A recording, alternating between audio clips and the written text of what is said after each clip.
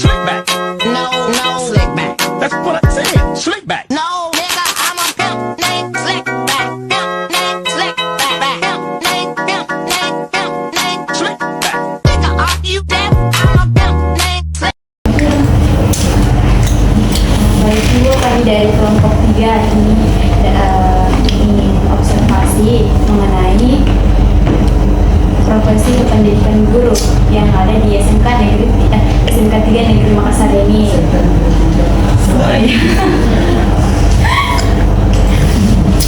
Sebelum mulai wawancaranya, Ibu bisa sebutkan nama lengkap, gelar akademis, tempat tanggal lahir, nama sekolah tempat bekerja, mata pelajaran yang diampu, dan motivasi memilih profesi guru. Motivasi apa? Motivasi memilih profesi guru. Nama saya Agustia SPD MPD. Saya mengajar di SMK Negeri 3 Makassar. Kemudian saya lahir di Sopeng 17 Agustus 1974.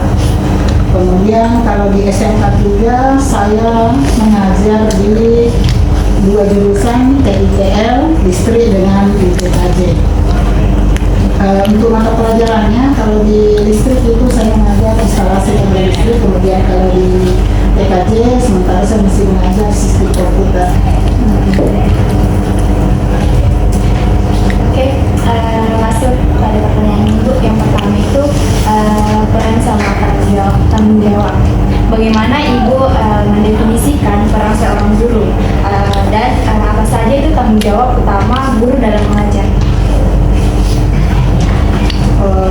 Peran guru ya, pasti peran guru adalah bagaimana bisa mendidik siswa-siswanya bisa menjadi anak yang baik, bisa menggapai cita-citanya, pastinya itu. Kemudian apa lagi tadi itu? Tanggung jawab utama guru dalam Itu pasti tanggung jawabnya selalu pendidik. Bagaimana kita bisa mendidik, bagaimana di dalam kelas, bagaimana kita bisa kita sesuatu yang kita ilmu kita ini bisa dimengerti oleh siswa, bisa dipahami dan bisa nantinya dimanfaatkan untuk menggapai cita-citanya. Baik Ibu, pertanyaan selanjutnya yaitu mengenai metode pengajaran. Kira-kira bagaimana Ibu merancang dan melaksanakan pembelajaran serta apa metode pengajaran yang paling efektif menurut pengalaman dari Ibu? Metode apa? Metodenya ya? Metode kan pasti tadinya diatur sama, diskusi, kemudian apa ya? Yang kalau kami kan kalau di TKJ memang itu kalau di sistem komputer kan kita lebih banyak ke aplikasi. Kami menggunakan aplikasi. Pasti anak karena awalnya sebenarnya aplikasinya kita menggunakan komputer, laptop, tetapi saya lihat anak-anak di TKJ itu untuk khusus untuk kelas 10 itu masih kurang menggunakan laptop, mungkin kurang yang seperduanya lah. Makanya kami bagaimana bisa memilih satu aplikasi yang bisa digunakan hanya menggunakan apa yang begitu yang kami terapkan. Baik, pertanyaan selanjutnya yaitu tantangan dalam mengajar teknologi pendidikan. Apa tantangan terbesar menurut Ibu dalam menghadapi dalam mengajar? Terus bagaimana Ibu dapat mengatasi dalam menghadapi tantangan tersebut? Sebenarnya yang paling pasti itu nantinya adalah anak-anak kan ada pasti pemahamannya Yang lebih ada yang kurang. Itu mungkin satu tantangan dari guru bagaimana bisa menggunakan ini supaya jangan sampai yang lebih merasa maaf ini ibu ketika itu terus yang berikan, kemudian yang kurang kalau kita lagi melangkah ke yang lebih lagi pasti dia bilang ini terlalu tinggi misalnya, mungkin itu tantangan yang terjadi. Jadi untuk itu mungkin sebagai guru ya pastinya bagaimana caranya ini yang kurang itu biasa kita berikan tambahan pelajaran di belakang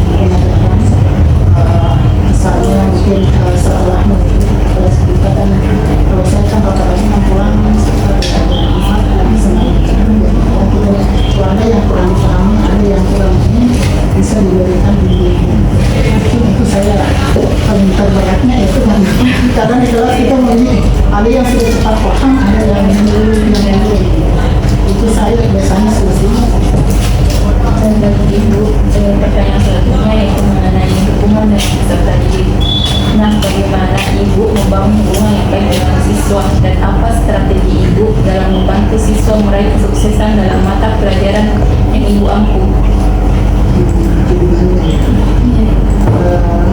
Bagaimana kalau kita kan misalnya ya sampai sekarang mulai dari waktu daring sampai sekarang kita masih ada itu, kita selalu ada grup WA.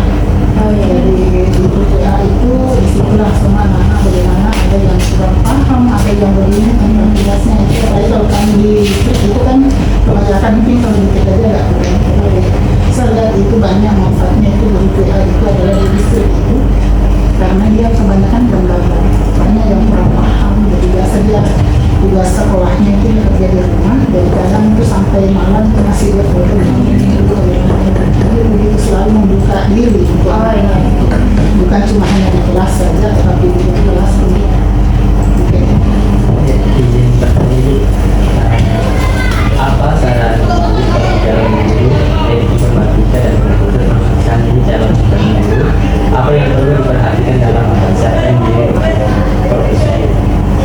Sebenarnya untuk calon guru yang paling penting itu adalah bagaimana konsentrasi.